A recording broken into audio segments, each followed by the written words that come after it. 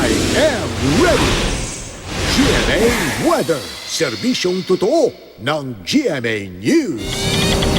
Mga kapuso, dalawang sirkulasyon ang magpapalakas sa habagat ngayong weekend kaya dapat I am ready sa maulang panahon lalo na sa Luzon at Visayas. Ang tropical storm na may international name na Omais hindi papasok ng PAR at sa halip ay kikilos ito papunta ng Japan.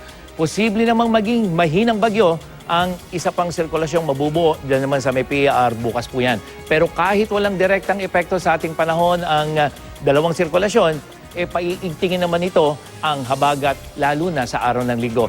Bukas magpapaulan ang habagat dyan sa may Calabarzon at may Maropa region mula umaga hanggang gabi at may pagulan na rin sa Cagayan Valley region, dyan sa Central Luzon at iba pang bahagi ng Southern Luzon sa hapon.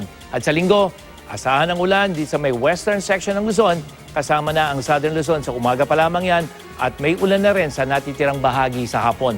At din sa Metro Manila, mataas ang tsansa ng thunderstorm bukas, lalong-lalo na sa linggo.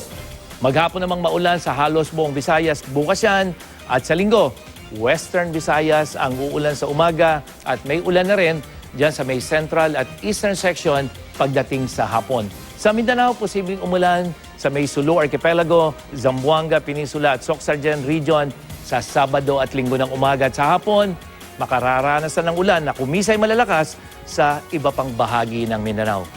Yan ang latest mula sa GMA Weather. Ako po si Nathaniel Cruz. Magplano para sigurado.